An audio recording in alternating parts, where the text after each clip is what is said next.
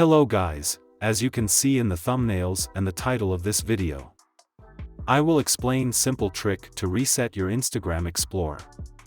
The first step you have to do is, go to your Instagram profile. Then, click on the hamburger menu icon in the top right corner. Under the hamburger menu icon, click on Settings. In your Instagram settings, click on Account.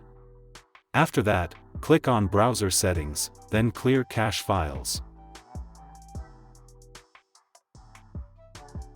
The second step, return to your Instagram Explorer. Look for a video or photo that you don't want to see again in your Instagram Explorer. Click on the three dots in the upper right corner. Then, click Not Interested. Do this consistently as you play your Instagram for several days. This aims to give a signal to the Instagram algorithm that you don't like content like this, so they will stop recommending similar content to your account.